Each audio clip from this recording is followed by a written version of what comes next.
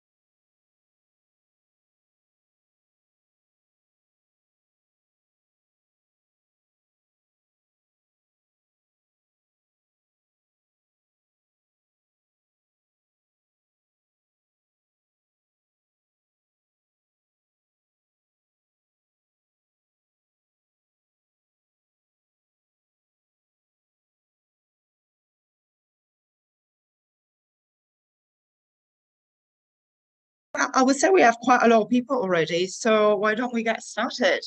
I'm going to put the camera on just to say hello to all of you. I hope it's not too dark. Hi, everyone. I'm not going to keep on the camera just to not to be too heavy on people who are following us. In some cases, it becomes a bit too much putting the camera on, but just wanted to like thank you for joining us today. And one of like it's one of the, of course, of the Gavi series of webinars, and the main reasoning behind this webinar is mostly the idea that we have our toolkits. We have done a whole series of webinars around the building blocks of these toolkits, be it the LMIS, be it the EPI, surveillance, the triangulation dashboards, the micro planning and such. And we have reached quite a maturity of this toolkit. And so we wanted to have like a moment of reflection a little bit and share the work that two countries in particular have carried forward in how they managed to take these building blocks of their routine health information systems and study better and implement them with the idea of wanting to use the data that these building blocks are producing, not just implementing for the sake of implementing. So we thought that it would have been an interesting topic, and hopefully an inspirational topic also for the audience here today with us, to see how once you implement it, what could be the next steps for countries to really start uptaking these data and try to like really use them for decision making.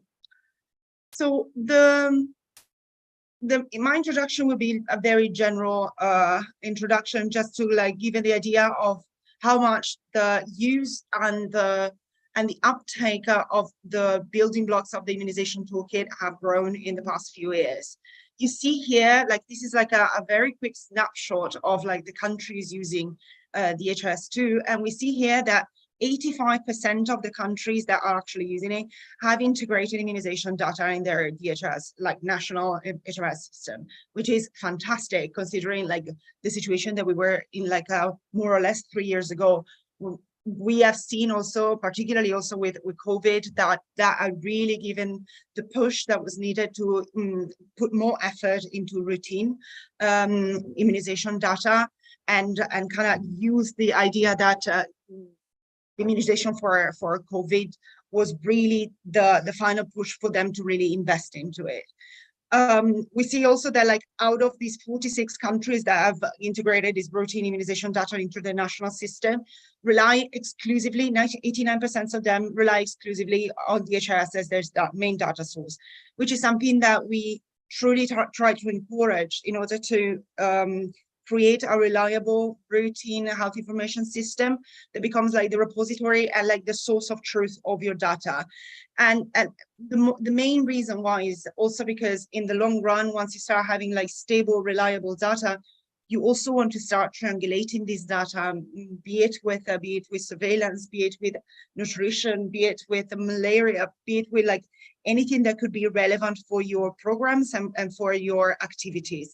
So it's great that more and more countries are truly starting to use DHIS as their main source of truth rather than scattering their data all over the places. And of course, when we talk about immunization toolkit as well, we're also talking about surveillance. And we're still working on surveillance. Of course, there are like a lot of systems out there, but more and more countries are actually looking at DHIS2 as a successful way to integrate their surveillance data into their national systems. So again, having this integrated system where you can truly analyze and use your data in order to make actions. Here is like some of you might have already seen it. It was the old version though. This is the most updated version that I have of the immunization toolkit as it is today. Some things were already there, some things are a little bit more new. Hopefully we will move more towards routinizing also the side of COVID-19 because nowadays most countries have already taken it. But we have like quite a lot of LMIS new tools and uses, and of course we have like worked quite a lot on data triangulation, and on the EPI we have like also updated with the latest upgrade of the EPI package. We have also integrated the visualizations of that used to be purely for the immunization app, also in the routine dashboards that can be used like on a daily basis. Of course, that's very dependent on which version of DHIS2 you're actually using. So of course, the immunization app is still available together with the other apps that we of course know by now. But in case you have like the right versions that can be where the analytics can be used for the purpose, right now the immunization app outputs can also be seen in the routine EPI dashboards. And so like as of now, as I said, we have reached quite a maturity of this toolkit. And we've seen that the toolkit has given quite a lot and has been using quite a range of activities during COVID, but also during routine data, especially for EPI and surveillance. We see it here. We have like plenty of impact stories, be it in our website, but also in the community of practice. And of course, thanks to the community of practice, our in general DHIS community is continuing to improve, giving us feedback for what we have in the toolkits, but also suggesting to each other new way of implementing and avoiding, for example, barriers, which is one of the things that we would like to also share today with you. Here I just put a compilation, since we always share the slides with you, but for those among you who might have not like joined all the webinars and they are not aware, we have like, of course, the DHIS immunization page within our website, but then we also have a YouTube playlist that is fully focused on immunization, and I pasted the link over there. And in that page of like, let's say, playlist of YouTube, you have also all these webinars that we hosted for these quarterly webinar, actually like meetup, let's say. And they are a wide range. We started from, of course, the COVID, but then we went on, of course, also quite a lot of micro planning and mapping tools, and also on the other components of the immunization toolkit. So here I also pasted, like in the page, the English and of course the French links for you, in order, like, if you want to catch up or if you want to know more about other implementation or other components of the toolkit. Looking ahead, we have, like, of course, reached this maturity, but we would like to, like, of course, work more with what the toolkit is today. Of course, we continue enhancing and improving and continuing updates in content, be it from our SMEs, with our partners, WHO, UNICEF, CDC, and such, but also, of course, announcements from the actual support tools and the platform itself to continue, like, analyzing this data, collecting this data. Of course, what we would like also to really focus nowadays, once we have, like, now these established building blocks that a lot of countries have already uptaken, we would like to really start focusing on improving the capacities of using this data and analyzing this data for decision making. So be it for, like, supporting, like, the analysis of, like, and the finding of zero-dose children, more evidence-based solutions based on, for example, micro-planning or better triangulation of tools.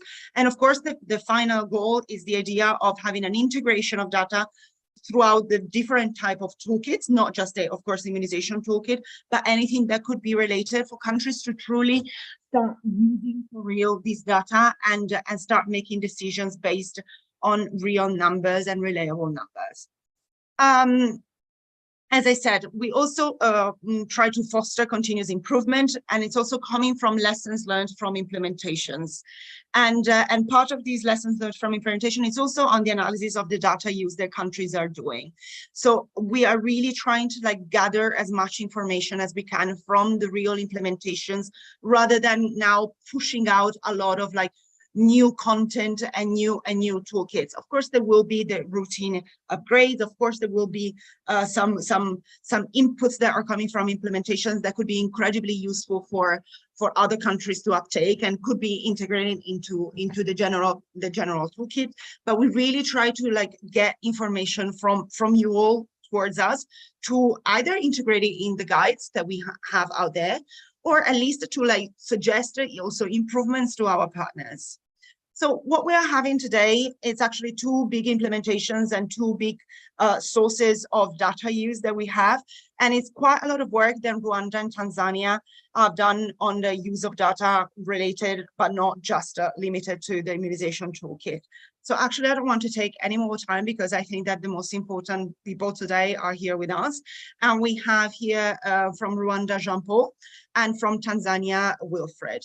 And yeah, I mean, honestly, I would just leave, like, the word to Jean-Paul, and yes, the mic is yours, Jean-Paul. Just tell us everything. Okay, thank you very much. Thank you, Vito, and thank you for all who's joining our webinar. Maybe Vito, just without overdue, let me share my screen and continue from where your presentation ended. Yes, please. Okay. Okay, let me know whether you can see my screen. We can. Just put it on. Yeah, exactly. Thank you.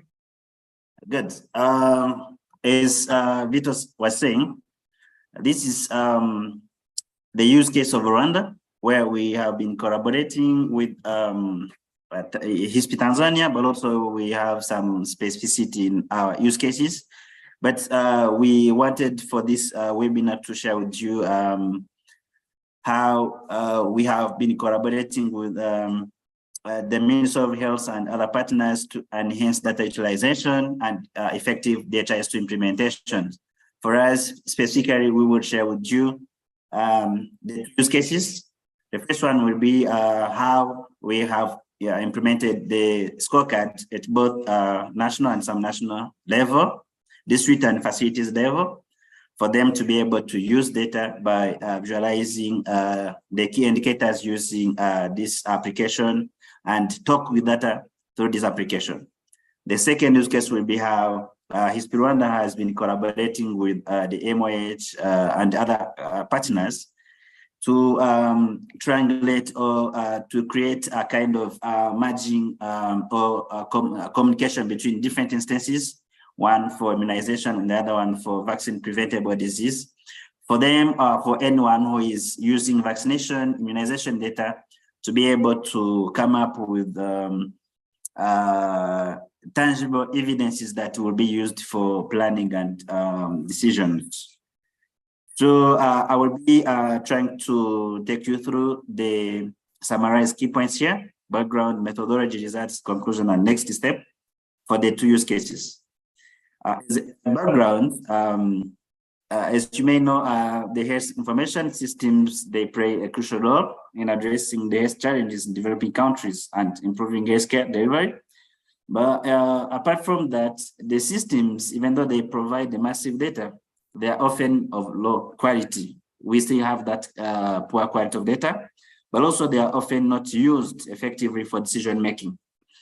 And then there is lack of coordination for different stakeholders, where you may see some fragmentations of the systems, and that may lead to limited availability of targeted data at local levels. And sometimes you would see that much attention is currently directed towards the interventions at national, yet data they are collected at subnational levels, but some of subnational levels at facility level, they think that data is being collected just for submitting to national levels, and data normally should be used at subnational levels to create improvements in terms of performances, but also that will lead to quality care. Then there is a lot of data that's been collected at facilities and reported upwards. That's what I'm saying. Yet it's being collected and being submitted in health system hierarchy without being used to make decisions at subnational levels.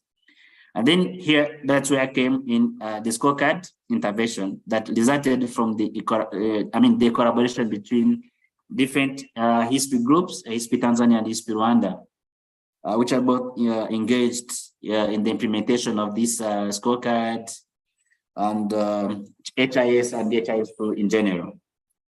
Yes, a bit description of the intervention was just to strengthen the data use at some national level by improving the availability of key indicators and data from the national routine HIS to local health workers and managers. And the intervention focuses on the implementing district and facility level scorecard for the expanded program on immunization API in Rwanda and the other HIS programs.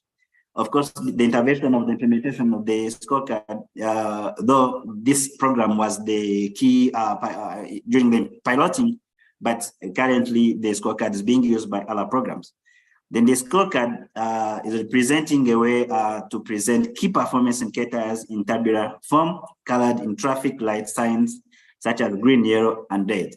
These colors, they are being referred here because, you know, these traffic lights, if you see green, you know what to do. If you see yellow, you know what to do. If you see red, you know what. So from this logic, we configure this scorecard so that if performance is scored in green, yellow, and red, decision makers and technicians will be able immediately to talk with data and decide what to do. Then the scorecards were designed to provide information support to routine connection meetings by highlighting achievements against targets, enabling comparison and peer review between the health facilities. As a background, in Rwanda, we have these connection meetings through which clinicians and decision makers and health facility managers, they are meeting on regular basis on monthly and quarterly and discuss about the indicators. So the scorecard is now being used as a tool to discuss API coverages API indicators and decide what can be the action according to what data through the scorecard is showing. These are the description still of the scorecard. Then about the methodology of the intervention. This approach of implementing the scorecard has been done in the framework of research, actual research, where we started by developing and implementing the scorecard, followed the action research approaches by engaging local users in diagnosing the current environment planning, selecting the key indicators, and implementing the remedial actions, correcting, reflecting on the outcomes and lessons learned during the implementation of this scorecard intervention. And the key phases, one was the planning and stakeholders engagement, where we have met with different stakeholders to define what can be the key indicators program by program, starting from the immunization and other programs, and then decide what will be the scores and the range of scores up to the design and capacity building and deploy in this scorecard, and also post deployment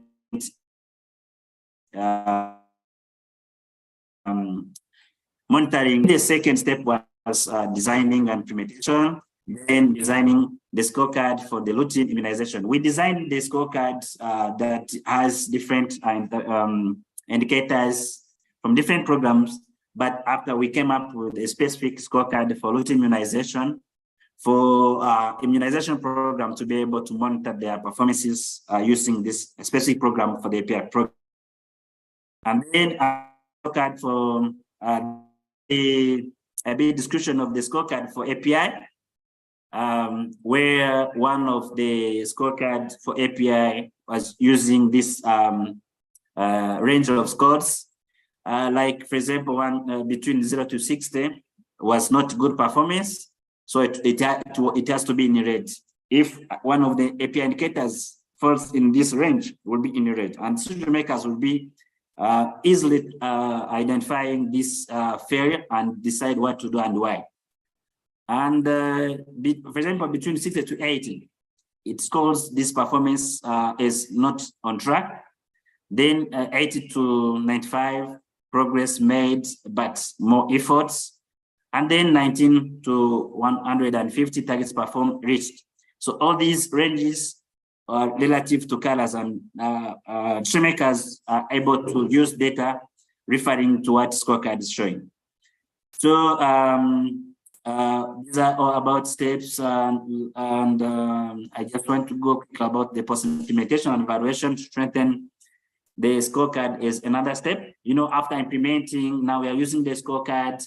We are monitoring how the scorecard is contributing to data use, and we are trying to strengthen the use of scorecards and its implementation through different programs.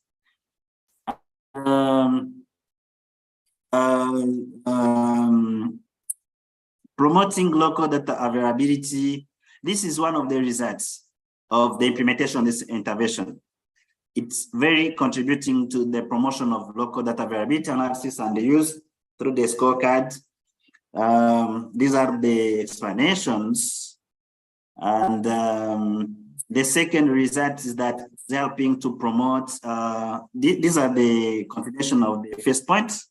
And then it's also encouraging the interventions with local practices, like this intervention monitoring, which is a key activity that promotes data use at different health center levels. Districts in Rwanda conduct monthly meeting as a background. Then data managers district are using these scorecards to present in their connection meetings, where they show the status, and they come up in, as a multidisciplinary team that is attending these data use sessions came up with actions using this scorecard. And the third result is that there is kind of innovation through action research from this implementation of the scorecard. Then, if I can summarize the next step for the implementation of this scorecard app, We are collaborating with our partners and programs at the ministry to strengthen the operational scorecard use at facility level. And we will keep documenting the connection meeting process, because you may see that the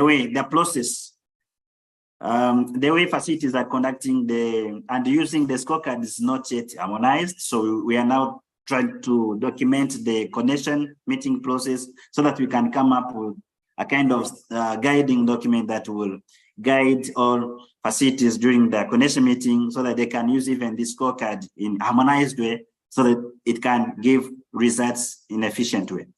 Then documentation and publication of scorecards, implementation user stories, yes, to facilitate other countries, other organizations, for them to be able to implement this kind of interventions. Then continuous capacity building for scorecard users, for them to be able to efficiently use this intervention. So its conclusion, in summary, is to say that though we are having a big data in our systems, we need to keep using this kind of interventions to help users to come up with, to have easy way of visualizing data, discussions, trigger discussions, and come up with a kind of actions.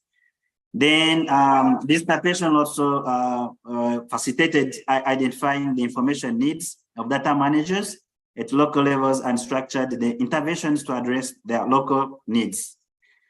That was about the scorecards. And then we have another intervention where we have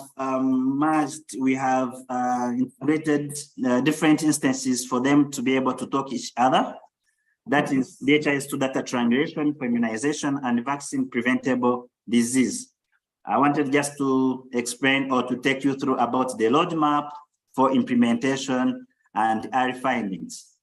I will also try to summarize this intervention in these points: background, methodology, results, and conclusion, and next step. If my colleague Brace, if you are on this call, can you take over and continue? Brace, are you there? Yes, please.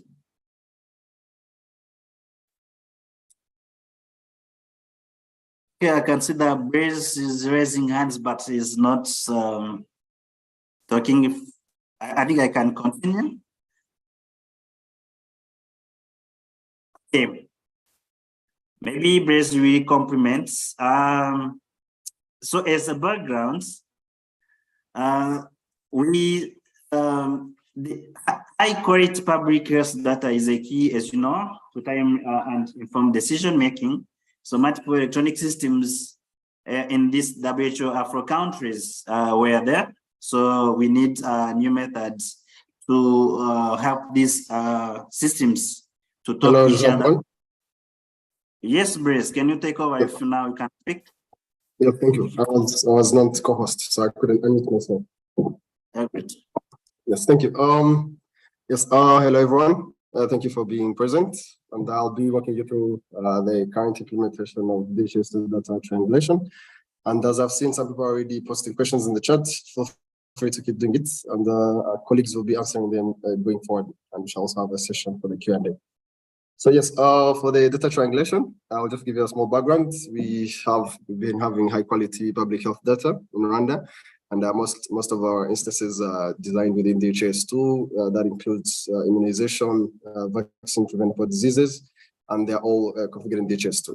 However, all this data is separate and used in different systems, and we realized that programs were making decisions based on only their data, but not able to triangulate the different informations.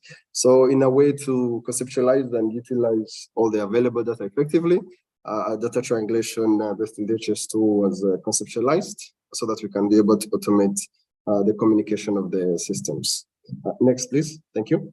Yes, and then part of the methodologies we used to be able to initiate this idea was first we adopted the global guidance, which you can always find on TrackNet and also DHIS2. If you Google you can be able to find it. And if you need those links, please feel free to get in touch so that we can share them.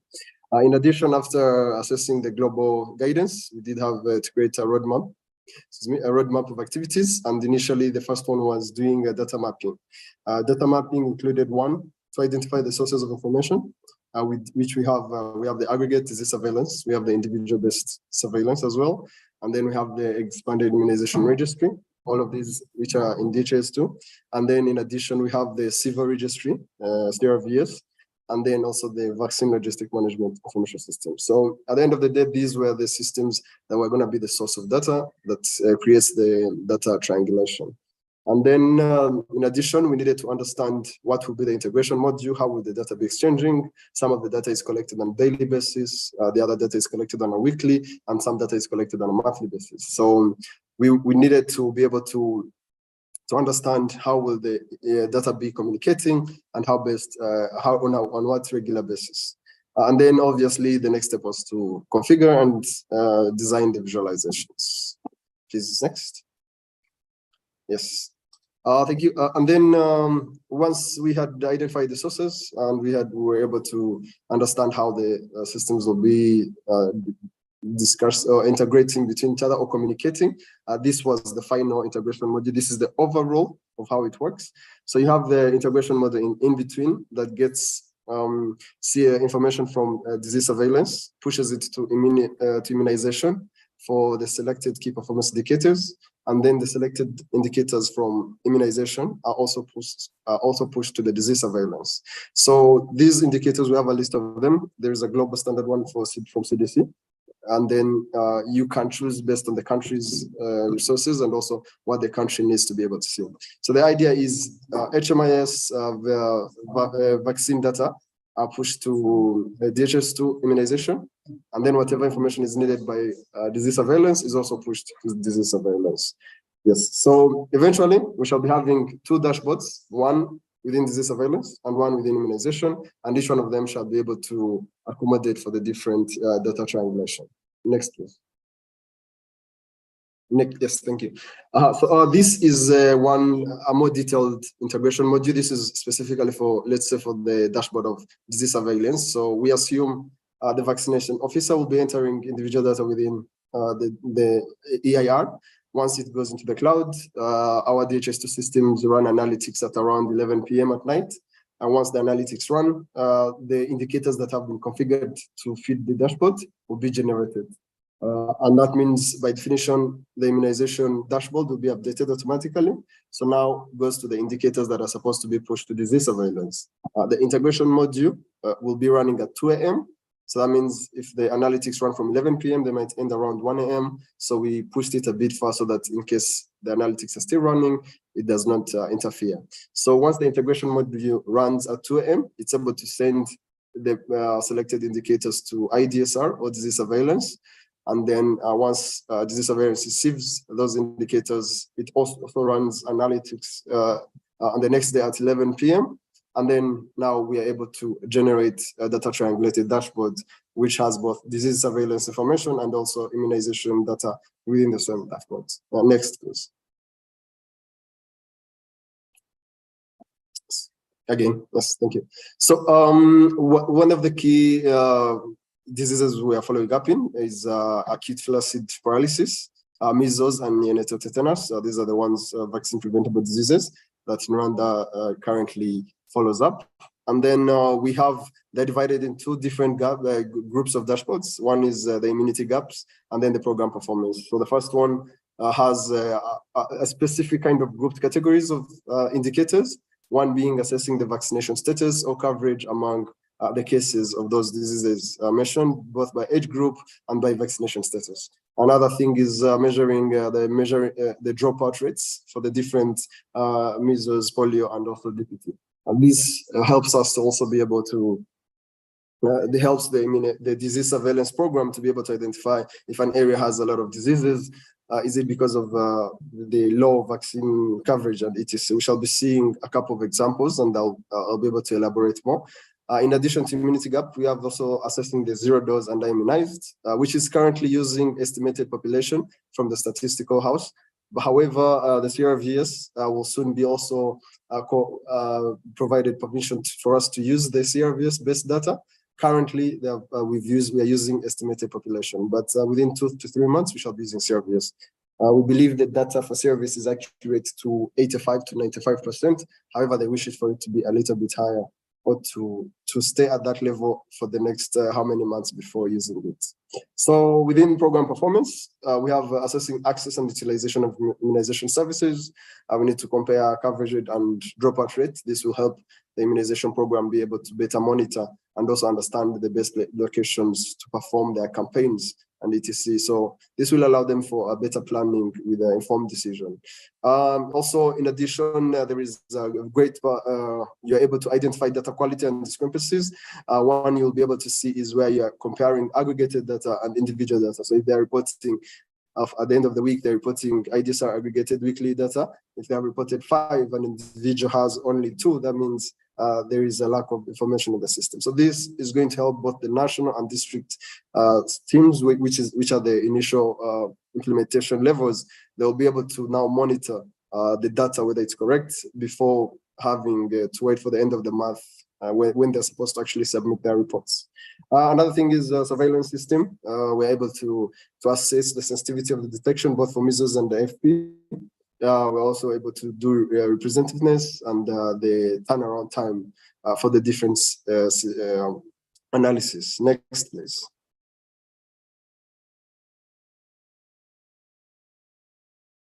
Thank you.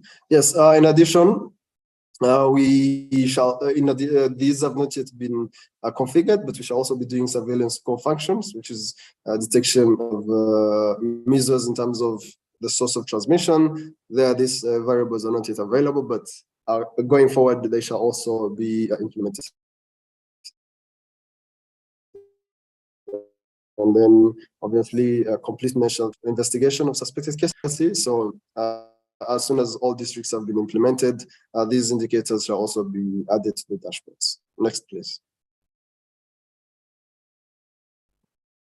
Yes, so I'll be showing you a few of the examples.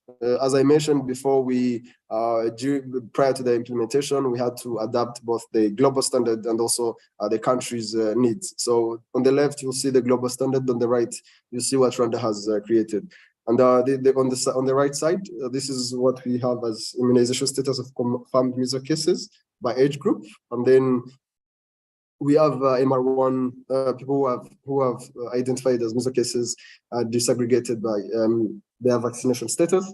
This is an old visualization. The current one has also unknown and also not vaccinated. So that shall also be added as disaggregation. So one thing to mention is this data is from individual data. So I know for a fact that there is a challenge between DHIS2 users on how to properly present individual data as stacked bar.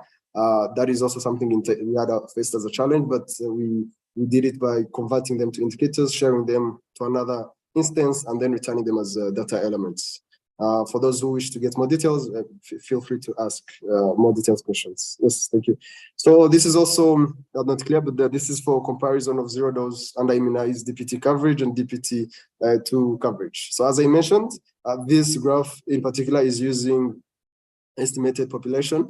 However, in the next 2 to 3 months, we expect to also be able to compare what is the coverage for estimated population and what is the coverage for CRVS-based population data. Next, please.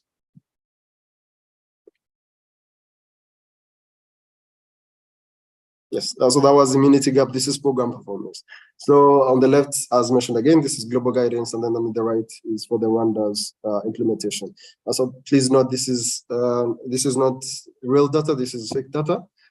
So this particular visualizer is going to help the surveillance team. We have a surveillance team at the national level that is supposed to be monitoring the reporting. So that their job is to always monitor this and be able to identify if we have more data within the weekly report, then that means individual data is not being collected or reported on time. which voids which voids the purpose of the system for emergency alerting and etc. So when a disease is identified as measles, there's a selected team of people that receive SMSs. So this particular dashboard will be helping them to monitor if diseases have not been reported, so that they can be able to follow up. Yes, next please. So as I mentioned, we did face some challenges. Not quite big. Most of them were technical, because most of the systems have already been implemented and they're working. All what was needed was to find a way to help them communicate with one another through integration. So in terms of data accuracy, we have to wait for CRVS, as I mentioned, for it to reach a favorable percentage according to the Ministry of Health. And then also the vaccine logistic management information system was recently implemented, which was developed from scratch as well, was recently implemented. So they're still waiting for it to reach a level of confidence, and then they can allow us to configure the indicators based on the vaccine stock data. So as of now, we do not have VLMIs in the dashboard. So in conclusion, the outputs, we have finalized the dashboard. As we speak right now, we're actually going to be carrying out training of trainees for the next 3 days, and also be able to visit the field so that we can understand how best will these tools be utilized, which levels shall be which shall be used at national level, but how best can they help the district, not only in decision making, but also in monitoring of disease surveillance. And then also, obviously, the outcomes we expect from this implementation is improved collaboration of data sharing, especially between programs. Now they're going to have the advantage whereby the disease surveillance is able to understand what is the coverage for MR of measles vaccine. Is this why we're seeing a lot of cases? Is this person not having good coverage? And now they have it in real time on their dashboards. The difference of hours of reporting is approximately 24 to 36 hours. So that will help them to make real-time decision making as much as possible. And then also improve the routine use of data, national, subnational, this especially to the team of immunization. They do have campaigns they carry out. Now they will make them with a more informed decision on which areas are most affected with diseases and which ones need the intervention of the program. So yeah, this shall help us. The impact is obviously, as I've mentioned, reduced incidences of VPDs and deaths, and then increase efficiency in management. That is by better planning through informed decision. We're going to improve coverage in the future because now they will know what are the best places to go, which places need our attention, etc. And part of the visualizers in the program performance also include being able to track the immunization schedule. If someone was supposed to receive a dose at path within 1 week and they receive it within 2 weeks, then we're able to tell that there is delayed immunization schedule. So all these visualizers will be able to support the teams in decision making, but also quick decision making because they'll be having them ready at hand. Next, please. I think I'm done. Jean-Paul, next, please.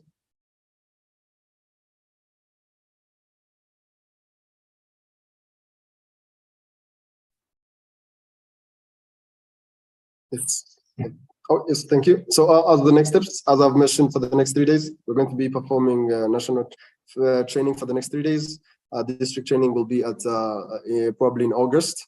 And then we shall support the monitoring and maintenance of the dashboards in the first few months so that we can see how they're being utilized and also help them to know what is the best way to use them, which levels should they be used. And also, obviously, we shall be sharing document lessons learned. One from the implementation status, what does it take to develop this? What does it take to implement the data triangulation when your country has different systems? And then we also obviously have to share a use case once it has been implemented for a while. Sustaining coordination, collaboration, end user training, all these will be kind of the supports we'll be providing to the Ministry of Health, specifically both programs. So we have been working with multiple stakeholders, Ministry of Health, RBC, which is the implementation party, and then HISP, Tanzania, WHO, CDC, and University of Oslo. So thank you to everyone that helps us. These implementations are not only helping in better planning and decision making, but also showing the potential of DHIS2 in the health interventions. Thank you very much. Over to you, Jean-Paul. Right. Thank you, my colleague Briz, for this group presentation, and we thank you everyone who has been following these two use cases from Rwanda side. There is a lot of there are different use cases we could be sharing here, but due to time, I think we will be having different sessions now. Take over and continue. Otherwise, for participants, feel free to read chats, these chats, but also in these documents. Thank you. Over to you, Vito. Thank you so much, Jean-Paul and Blaise. It was really, really good to hear your advancements, but most importantly, I think that also our audience here today is really engaged, and they're really interested in how you overcame some limitations, of course, but also how you addressed some key points. There are some questions there already. If you and Blaise would like to already address some of them, I really hope we can have some time for Q&A. So without further ado, I actually pass it on to you, Wilfred, and with your summary of a little bit of the experience of Tanzania for data use. Thank you. Thanks, Victoria. Can you hear me there? Yep. Great.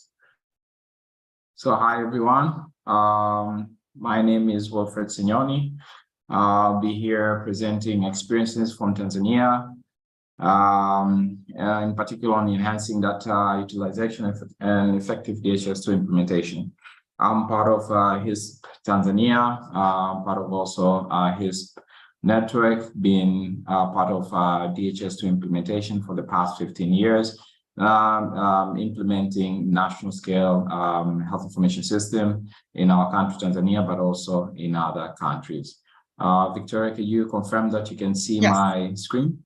Yes, absolutely. Great.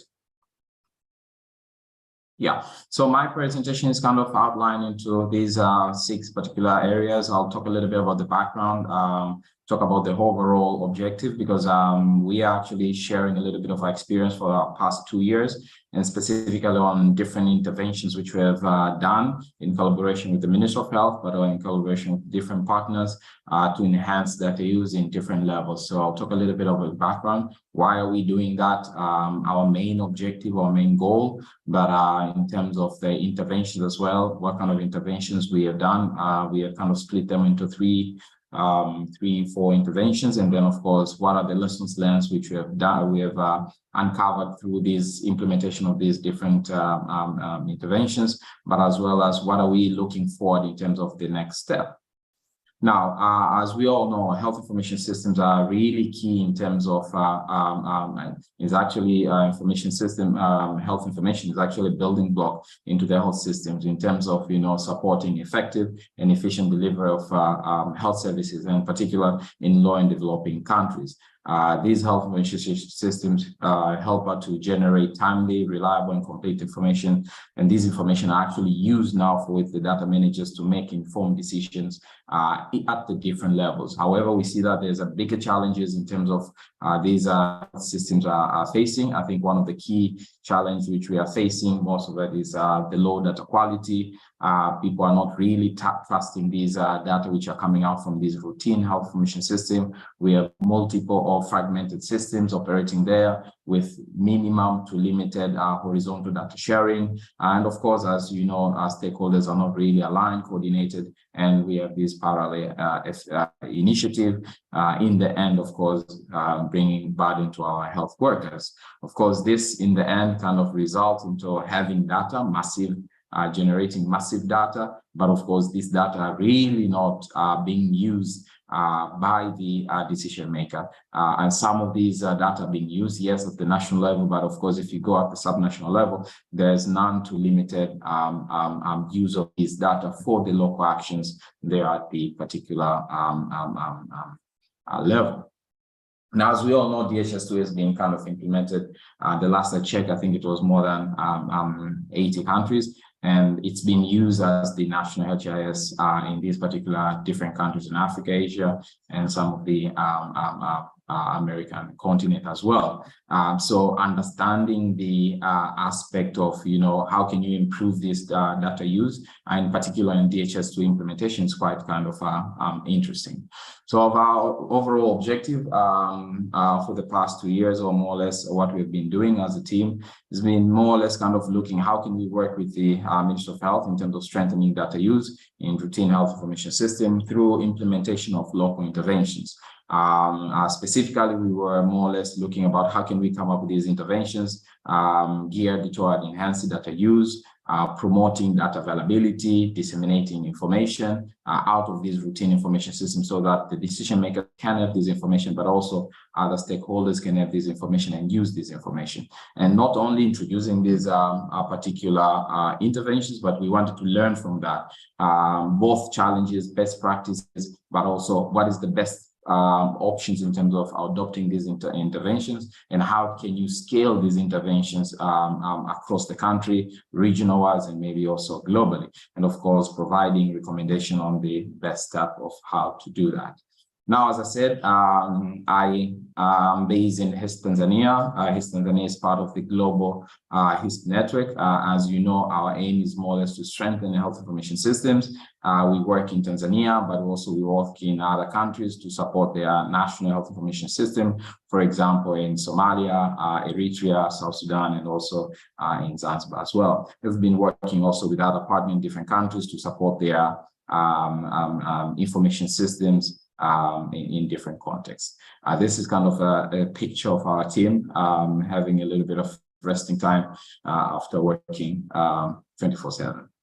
Yeah, so let's jump directly into the district, into these local interventions. Before I go there, just a quick point is that as we introduce these interventions, we have been working closely with the Ministry of Health, making sure that they are leading this particular process, owning this particular process, and also catalyzing this process and pushing this process. We have been also working with different partners, both local and international as well. Locally, we have this Ministry of, we call it ProLab, where they actually are managing the local government within the country, but also we have been working with different implementing partners in the ground to kind of complementing our interventions which we are doing. We've also been working with our University of Oslo Health Center to kind of implement learning the some of the interventions which we are doing, but also as our colleague from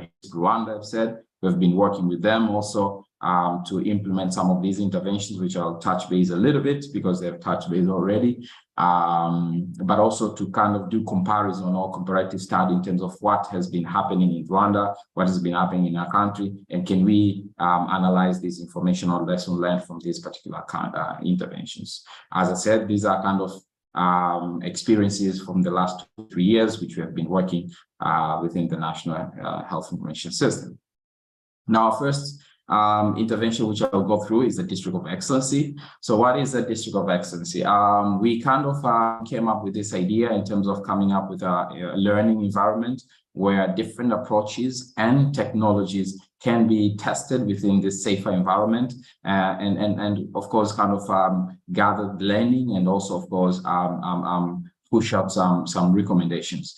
DHIS2 in Tanzania was kind of adopted by December 2015. It was national scaled in the whole country, and since then we've been kind of implementing different interventions at the national scale. However, we've been lacking in terms of area where we can have small scale interventions, where a space where we can have a intervention implemented in a small scale, learn about what is happening there, and also after that kind of pick it up and also scale it to other regions. So we designed with the Ministry of Health and also local government to designated 2 districts in one of our regions, actually the capital city of Tanzania, Dodoma region, where we've designated 2 districts as our district of excellency. Of course, one being the rural setting, another one being a urban setting. The idea is we kind of introduce some kind of interventions in this particular area, and then of course learn from that. And of course, the focus of our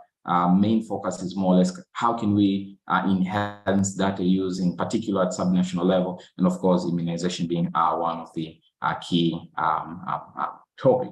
So our approach was kind of straightforward. We identify some thematic areas where this district of excellence will be kind of engaged. One was data management, information use, and I think this has been one part which we have been really focused in terms of understanding what is really going on in the ground at the local level, at the facility level, at the district level. What are the data use practices? What are the gaps which are there, and how can we improve those routines which are there, and what kind of practices can we introduce to kind of add or enhance the data use at the local levels. Of course, the second thematic area is the digital innovations. How can we use digital tools to actually help? How can we improve the DHIS2 to actually help data use at the local level, building capacity and specific on data use, and also research and documentation. So before we conducted this, we started this project.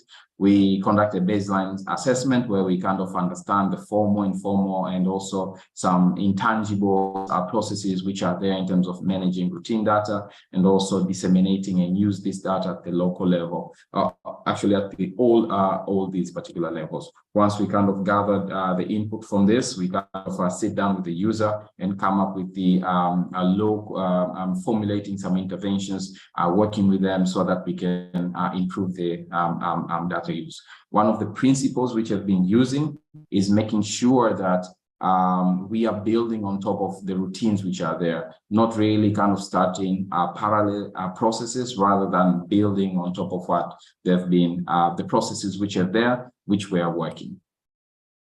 So one few interventions which we have done so far.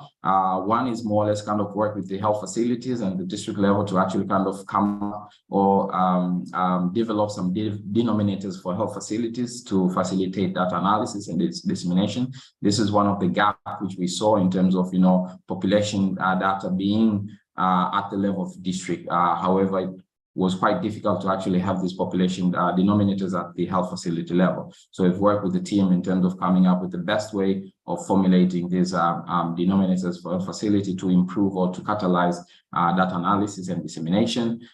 We have been working with the team also to develop some health facility and district level dashboard based on their local use, local needs, build the capacity. One of the biggest gap which we saw was that mostly health facilities were reporting. They were reporting that upwards, more or less not using this for local actions. So it was more or less important to actually build that capacity in terms of management of the data, review of the data analysis and dissemination and particular use.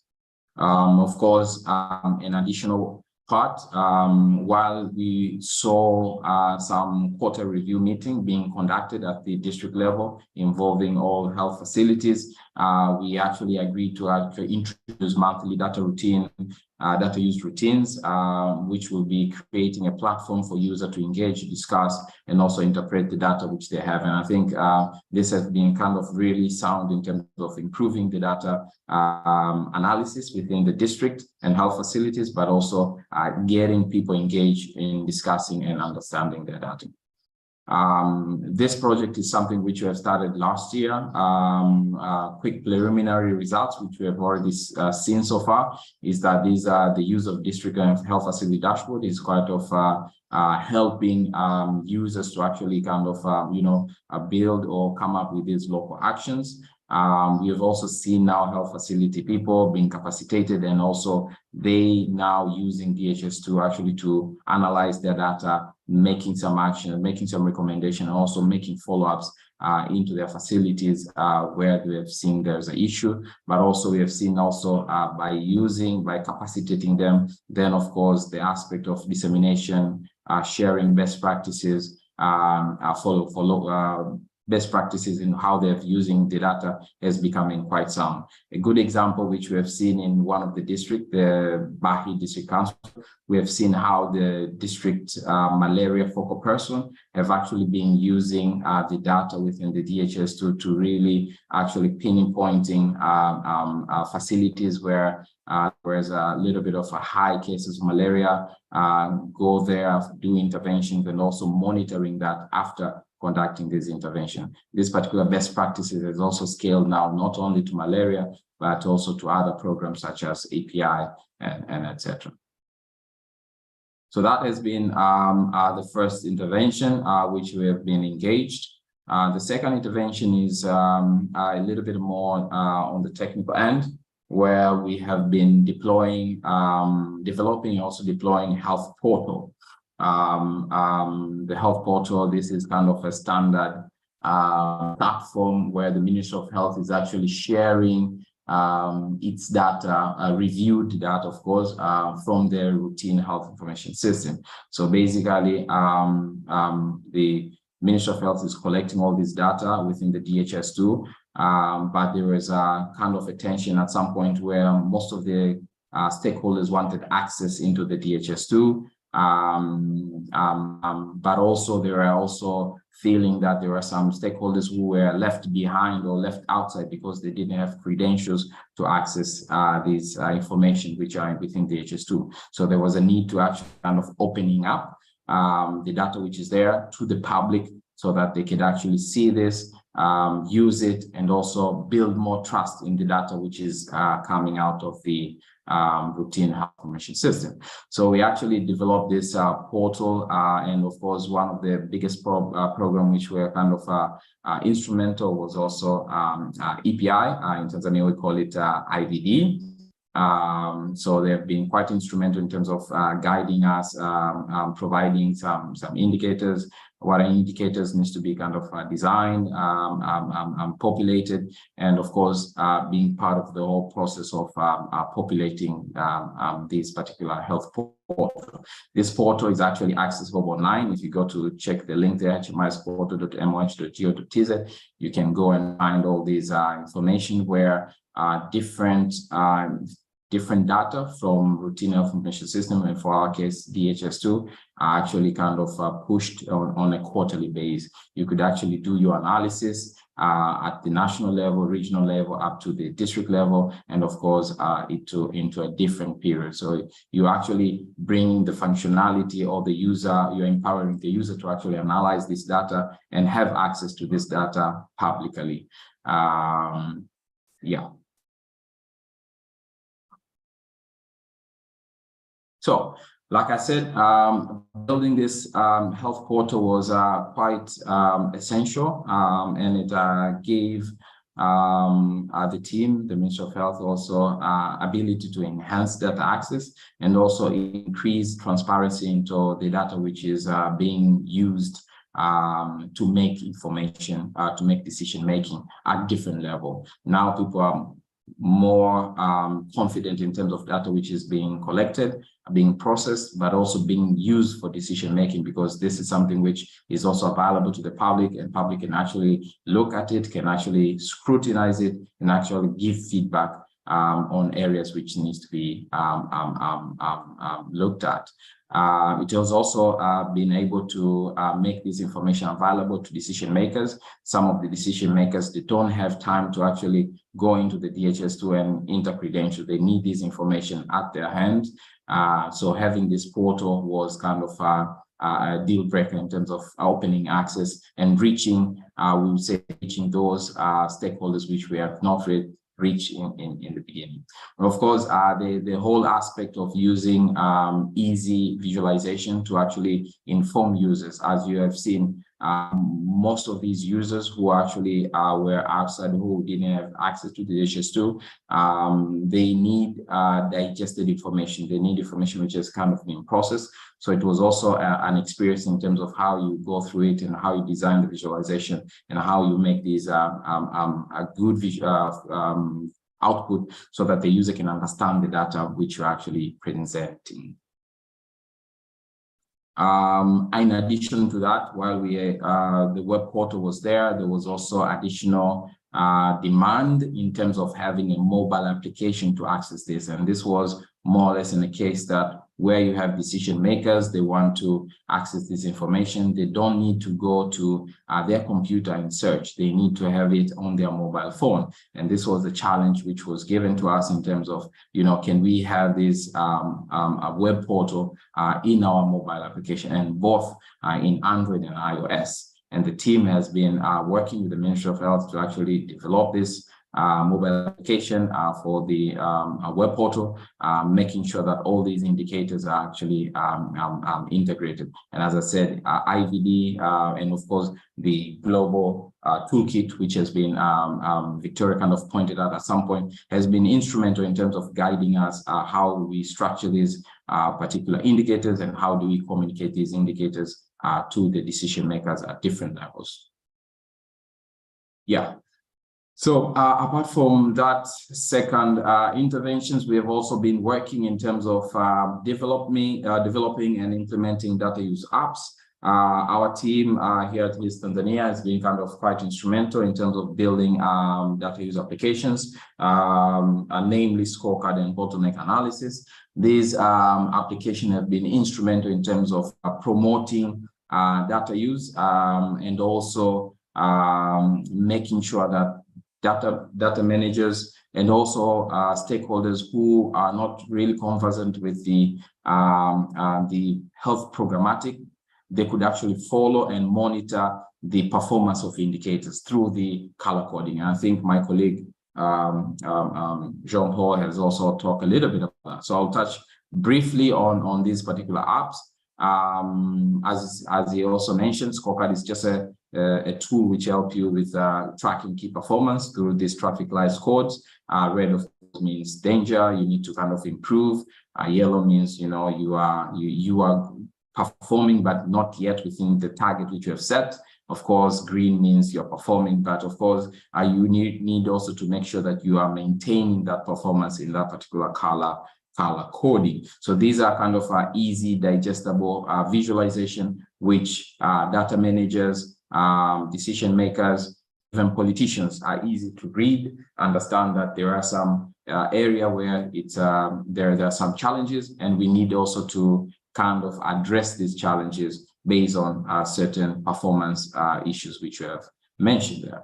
And of course, we have also a BNA application. This BNA application is helping out in terms of building evidence-based planning, where you could actually monitor the performance of your indicators, but also coming up with these particular areas of interest. For example, you could monitor the what exactly is the bottleneck, or what are the areas which is actually contributing to either low performance of your particular indicator, either if it's a geographical accessibility, if it's a human resource, if it's a commodities, if it's a initial utilization, a continuous utilization, or effective coverage.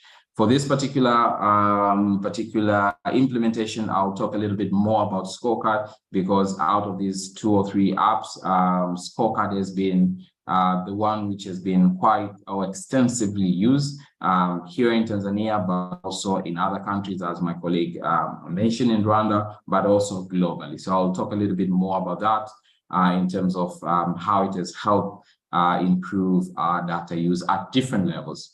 One of the key scorecard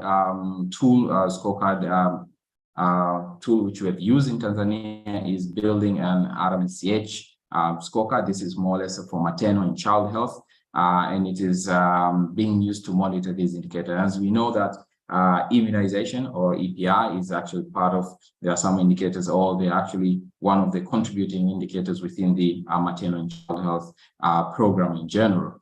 So we build this, we have this RMCH scorecard, which is actually monitoring these indicators. And this scorecard has been quite instrumental in terms of bringing changes, but also holding people accountable in terms of what or in terms of, improving service delivery, but also allocating resources to areas which require these particular resources. On the picture there is our current president in Tanzania, kind of showing or launching the maternal child health scorecard, right from the data which is being generated from DHIS2. So how have we been using this scorecard so far? I think the most important part, it has been used as accountability tool, where it is holding not only service providers who are delivering services, but also leaders in their area, in terms of, making sure the resources, appropriate resources are allocated into specific areas, the areas which are needed, and also making sure, because this is also something which is shared publicly, then also the public is also holding service provider and their leaders accountable in their performance as well. In addition, it has also increased transparency and also kind of increase the prioritization of the resources in terms of making sure key areas are kind of placed with the resources which is needed. So it's actually kind of helping out in terms of making informed decisions when it comes to distributing resources, but also how these resources are being distributed. In addition, it has been used in terms of monitoring and tracking program performance. As I said, RMSCH, but also we have other programs like TB and nutrition. We are using this particular program. Based on their use, we have also identified some challenges, best practices, how it's been used, how best we can deploy, how can we configure these indicators, how can we manage these indicators and their performance, so that a clear communication is coming out from the scorecard to the user. Because, for example, if you share this scorecard with the politician, they will actually see the red, and when they see the red, they will kind of, hold people accountable. So we were actually at some point advocated that not only you're sharing this scorecard, but you're also sharing some guidance in terms of how what are the necessary steps to actually address some challenges which are there, but also what does it mean when you see these particular color codes. Key success factors in using this particular scorecard, I think there are so many, but I've tried to kind of mention just a few here. One is how the tool has been used in terms of management tool. The manager are using them to kind of actually monitor performance of their health service provider, but also in different departments within the organization. So this tool has been used now in the more management meetings where people can actually assess themselves and assess the performance of their department. It has also been very instrumental in terms of how this tool was launched at the national level, but it has been able to scale at the regional and also district level, local government level. And now the managers and health workers are actually using this scorecard as a monitoring tool in their day-to-day or at least monthly-to-monthly progress.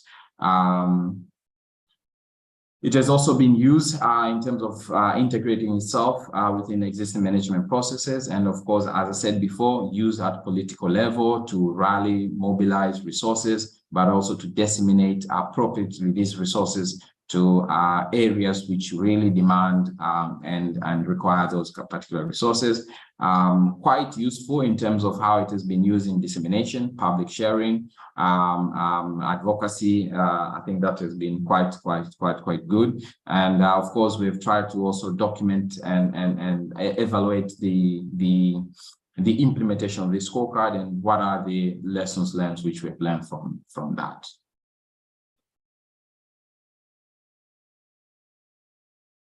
And then the last interventions which I'm going to talk about, touch base, is on the research and dissemination.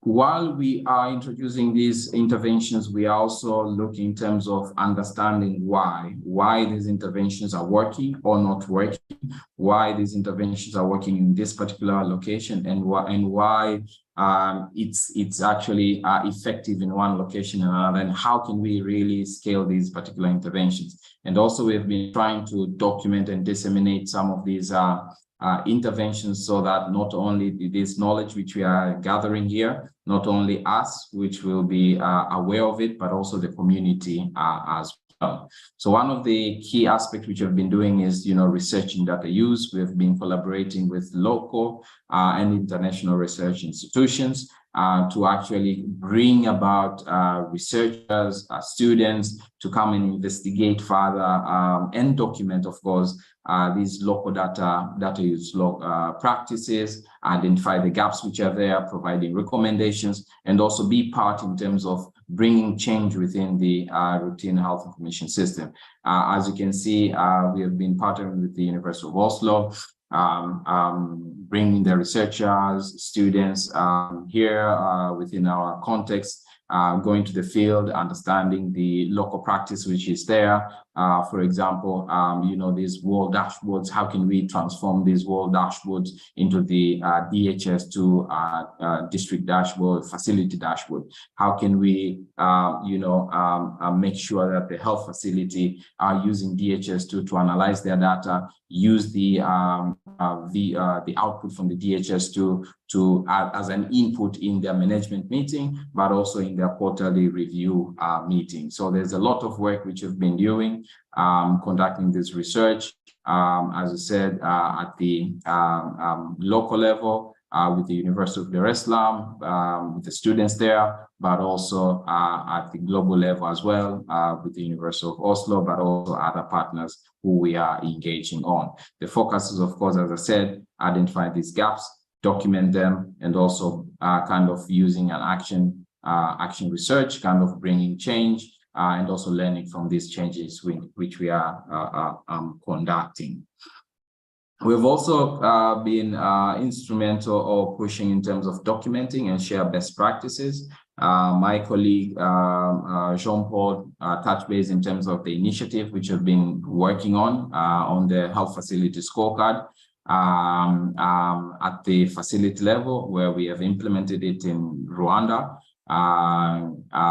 And of course, our team here in Tanzania has been more instrumental in development, but also trying to also see how we can implement it in Tanzania. And we have been trying to document whatever we are finding at these two sites, comparing them, kind of do comparative study, but also see what we can find as a best practice. This is a paper which we have recently published in the IST Africa conference, which was actually conducted in a few months ago. I think it was end of May, early June, where a team from DHIS Tanzania, a team from DHIS Rwanda, but also University of also kind of come together and analyze the data which we have kind of collected from both sides, and also see and publish from that particular data. So I would actually urge you to kind of go in the IST Africa conference proceedings, look at this particular paper, Making Data Talk, using Scorecards for strengthening data use at local level, where we have kind of outlined some of our findings, which we have seen in our implementation so far. So out of these interventions, what have we learned? There's a lot of lessons learned, but I'll just summarize this into a couple of points. I think the important part which we have seen in all these interventions is that there's a need to have an ownership of the Ministry of Health, taking leadership of that, and coordination. As the Ministry of Health has been kind of instrumental and focal in terms of guiding through these interventions, it has been quite of, I would say, helpful in terms of, opening doors, in terms of reaching out to the stakeholders, in terms of learning together, and of course, in terms of owning these results which we are getting from that. So I think that was kind of important in terms of having a partnership, long-term partnership with the Ministry of Health, and also going together and doing these interventions together. Having these, using existing resources, standard tools, I think it was quite important as we deployed these dashboards, scorecard. It was really necessary to actually tap into what these global tools or standard tools were there. I think Victoria touched a little bit about this, for example, EPI toolkit of for immunization, but also there are other toolkits there which are there. which are quite important in terms of, guidance, the indicators, how do you design it, how do you use it, how do you interpret this information. So I think tapping in or leveraging these resources is quite important. Another thing which we have learned is that as we introduce new interventions, in particular for data use, it's actually important to build on top of local routines, which are there. Important is that you shouldn't really create parallel data use routines, rather than build on top of that, learn from what is happening, and then, of course, try to institutionalize them as we go forward. Another thing, of course, it was important to build capacity. There was a huge gap in terms of data use at the local level. So it's really important to build capacity, and don't assume that data use capacity is actually the same all up through all levels. So I think it is important to build that capacity, but also not at the capacity at the national level. It's not necessarily the same what you are training at the national level is not necessarily what is needed at the local level. So I think that adjusting and understanding their needs and also providing that capacity based on their needs is actually quite important. Yeah, engaging the user in terms of, designing your tools, developing, testing, even the interventions which you're actually creating is important, so that they own it, but also they become champions of your particular interventions. Digital tools, using digital tools to actually help analyze the data, understanding the data is quite important. The use of scorecard, as I said, the use of BNA, the use of these user-centric dashboard was kind of important in terms of promoting data use at all levels within the routine health information system. But also, there was a need actually to create a platform where users are coming together to review their data, clean their data, and of course discuss the data. So I think this was also something which is important, that creating these routines so that people can talk, can communicate, can engage within the data was quite important. Of course, as we promote data use, we need also to look about infrastructure. So I think this is also something which we really need to emphasize in terms of, devices, internet at the facility level where they can use this information. Next step, we are looking forward for the more data use experiences. One, we need to be using, of course, our District of Excellency side, but also using our different interventions. We are hoping that we will continue to test different interventions, different solutions, different routines, so that we can learn and also see how we can scale also these solutions which we have.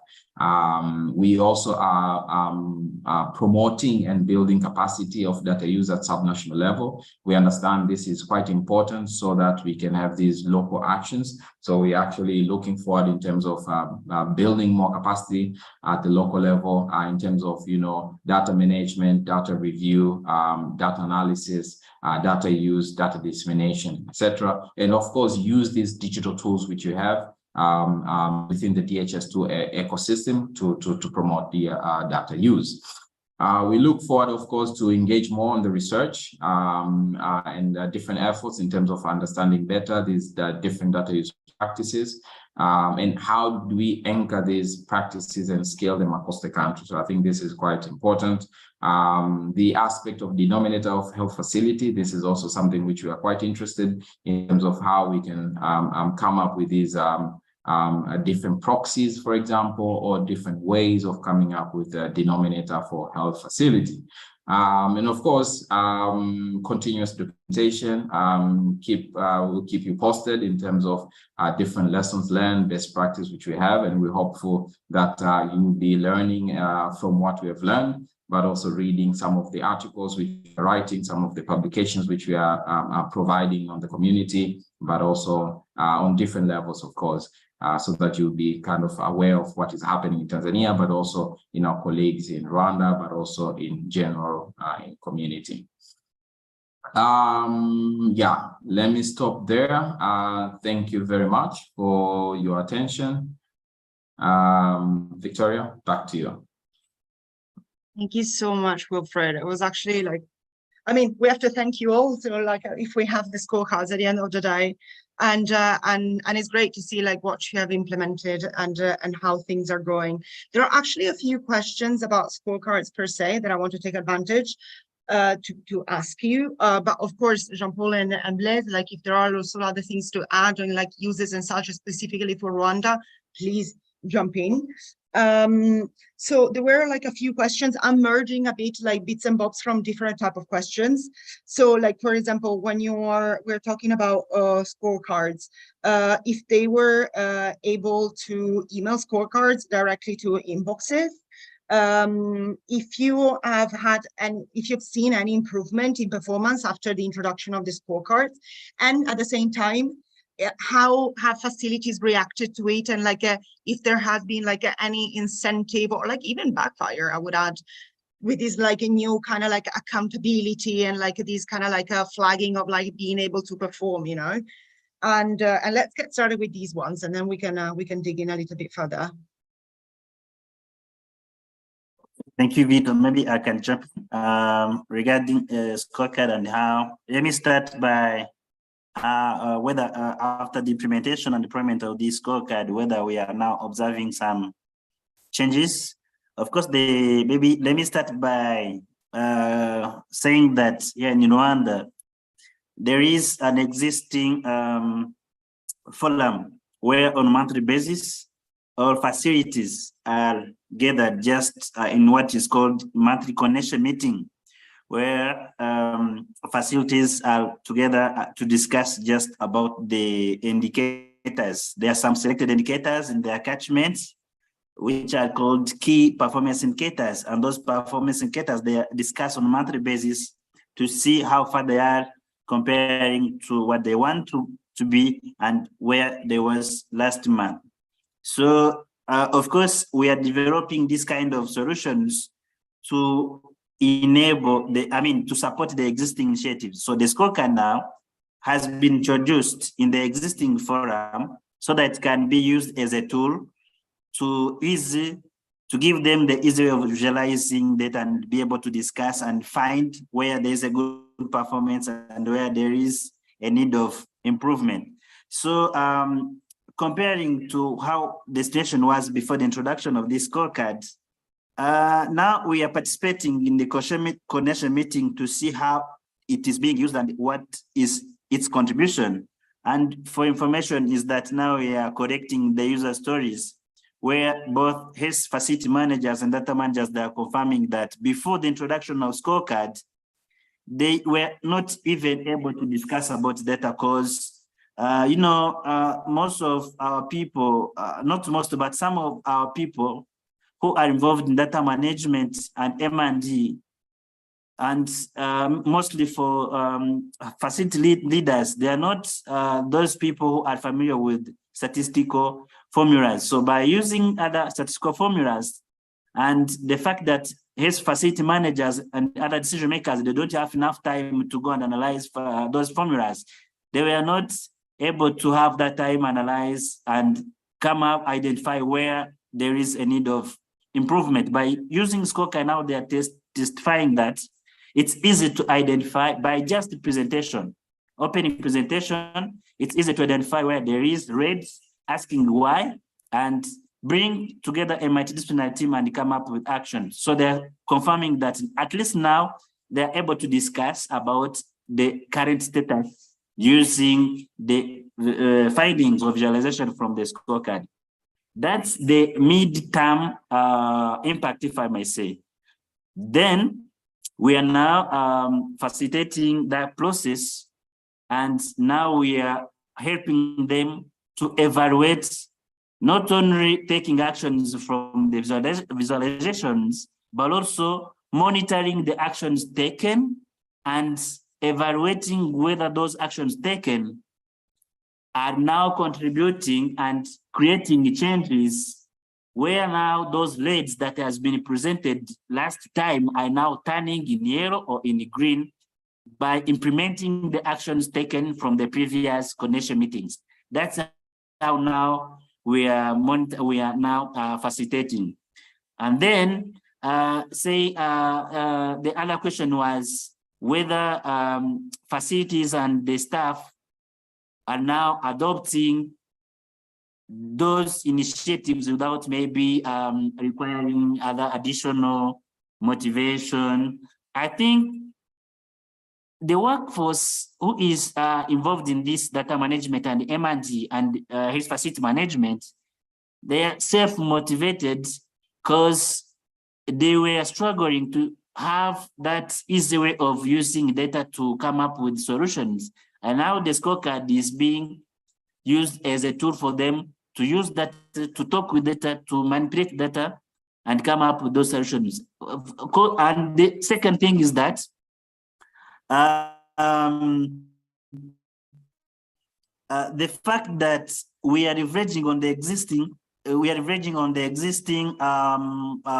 interventions like connection meeting. Connection meeting was there before the introduction of scorecard. So now the scorecard is joining the other existing strategies to improve data use. That's why for workforce, they are self-motivated of using these tools, and there is no any objection for them to use these tools, and they are very happy for these tools that is now enabling them to use data and come up with solutions. Over to you. I think now, Dr. Wilfried, you can complement.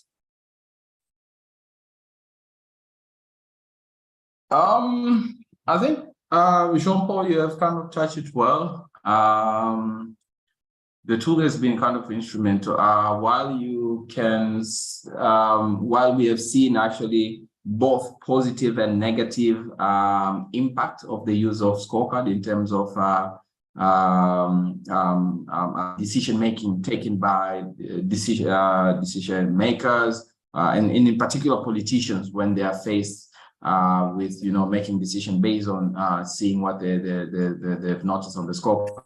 There are kind of different uses, different kind of cases which we have seen in Tanzania, where these decisions were made based on, of course, information seen or at least information gathered from this scorecard, both at the politician level. And as you understand, this also affects a lot in terms of the technical aspect as well. And that's why I think at some point I also mentioned in terms of we actually learn in terms of not only presenting this scorecard, but also supporting it with additional information so that the decision makers understand more in terms of how they're making the decision based on the information which they're gathering out of the scorecard. I'll stop there and allow more questions. We're 1 minute over, but like all I wanted to ask, like just to clarify, because I assume that that could also trigger some kind of like a worry for like data security and such. But when you were mentioning about like the portal, Wilfried, like they were asking if like the users that access that portal are able to actually download the underlying data and use these data to actually perform some extra analysis if they wanted. Yes, Victoria. The portal is kind of a public portal, which is accessible by everyone. I think I shared the link there. Anyone who has the link can actually go and access the portal, analyze the data which is there, but as well as download the data which is there for additional or at least further analysis. It was actually a difficult decision to reach in terms of sharing this information. I understand the worry in terms of data, but also kind of worry how people are going to use this data. But I think it's also, you actually need to, I would say the Ministry of Health weighing the positive and the negative aspect, because as you try to promote and make sure that your data is available, you're actually improving transparency in terms of, whatever you're collecting, this is what we have, this is the status which we have in the country, and we need to actually kind of work hard in terms of effort to improve areas where we have gaps, or standardize somewhere. But also it actually encourages health workers in terms of seeing what they have been doing, becomes now public, becomes now visible to the public. And that also adds more urgency in terms of making sure you collect quality data so that the data which is used is actually used appropriately, because it's also kind of,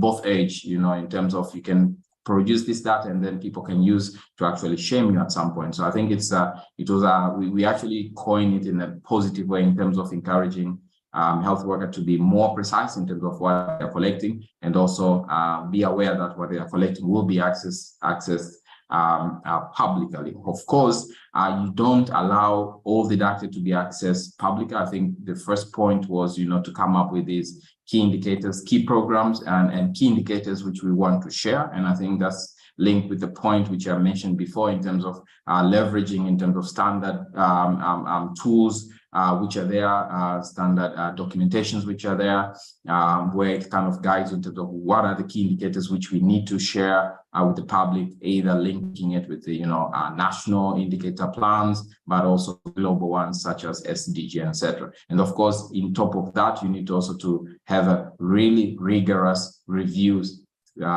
processes to make sure that wherever data you are pushing outside, it has been analyzed, it has been reviewed by your team, national team, technical team, so that all the data which is put is actually of high quality, so that you don't compromise, of course, the trust which you have built for the people to access those particular data. Let me stop there, and if there's any other additional question. Thank you so much for the clarification, Wilfred. Actually, we're a bit over time, so I don't want to take too much time from our participants. But one thing that I could definitely say is, if any of your questions are not being answered, or if you want to have more information from our presenters today, I would suggest you to actually ask further questions in the COP, where this link, where the information about this webinar was posted to begin with, and we can definitely follow up there. I would actually ask Wilfred if you could attach to the COP post Yes. the paper, because it seems like there is a bit of problems with access, understandably, because it's from Drive. So maybe if you can just post the document directly in the COP for people to check it out, I think it would be great. And we try to answer as many questions either here now or in the chat, but again, please feel free to continue the conversation in the COP, and if not, also via email directly with our presenters. And yeah, I would like to thank you all for having joined us today, and I hope you had found it interesting, and most importantly, it has triggered some question and some use cases that you could implement either in your country or within your use of data with DHIS2. And yeah, thank you so much once again, and until the next quarterly webinar. And just so you know, there is a French version of this webinar on Thursday. So for those who were not here today or could not speak English, they will be exactly the same, but in French next Thursday. This Thursday, sorry. Okay, then thank you so much, and yeah, until next time. Cheers. Just a follow up from that as well. The recording for the session will be available shortly afterwards on YouTube if anyone wants to rewatch. Thanks very much. Yes, thank you, Grant. And thank you, Blaise, Wilfred, Jean-Paul. Cheers, everyone. Thank you, Victor. Just a quick question, Victoria. The PPT slides will also be available on the COP, right? Yes. Everything will be available over there, and everyone can access it over there. And thank you very much, everyone. Thank you, Victoria. Cheers. Bye. Thank you, guys. Thank you.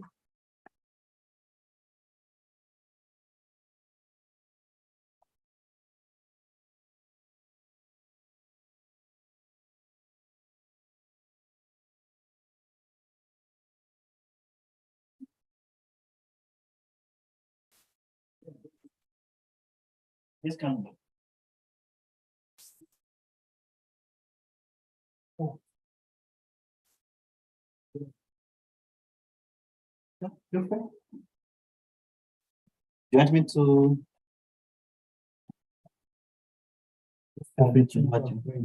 This one?